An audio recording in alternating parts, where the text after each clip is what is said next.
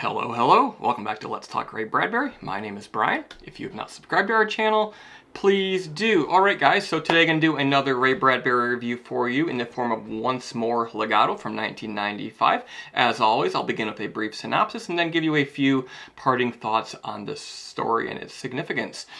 Once More Legato from 1995. Two men, Fentriss and his friend Black, are sitting in the garden drinking, and Fentriss is suddenly struck by the realization that the birds in the tree in the garden are singing an actual song and not just a random bird song of birds. Using his limited childhood knowledge of writing music, he once played violin until his father broke it, he manages to write down the music. The music is played professionally, it becomes a sensation, and he's the man who records the Song of the Birds, uses it as inspiration for music, and suddenly he is being commissioned to create all kinds of music. But something bad happens. People who are onto his method, other composers, they begin to lurk around the premises. They begin to basically poach on his inspiration. Eventually, somebody sneaks in quietly and cuts down the limbs of the tree, and they wake to find the birds are gone.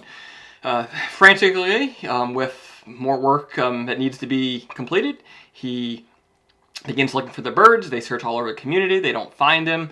Eventually, they believe that maybe the birds were migratory, the seasons had changed, maybe they left because fall had begun. But eventually they settle on removing the stump of the tree and instead planting a new tree of the same variety in hopes that the birds will return. And they do this, and they wait, and then eventually Fentriss is laying in bed one night, or one morning, and he hears something outside his window, and it's the birds, they're singing again, and he quietly writes down their song. At face value, this is a fantasy, birds that are actually singing, but there's a lot more going on than simply that. This story is very much about the fleetingness, the unpredictability, the unexpectedness of creativity. It can come in unexpectedly and then leave unexpectedly, and artists don't really have a whole lot of control over this. We see this in the real world.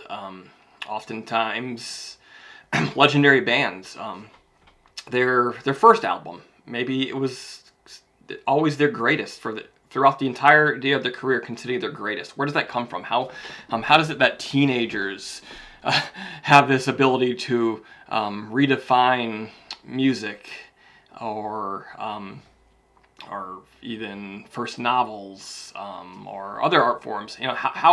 How does this happen where the first one is sometimes the greatest, and then they spend their entire careers trying to get back to that and never re-achieving it? Or maybe decades go by and they're relevant again because they do something unexpected and then extraordinary.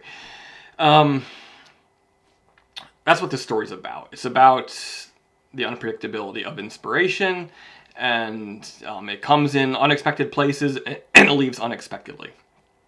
Bradbury, he may have felt this, but I don't think so.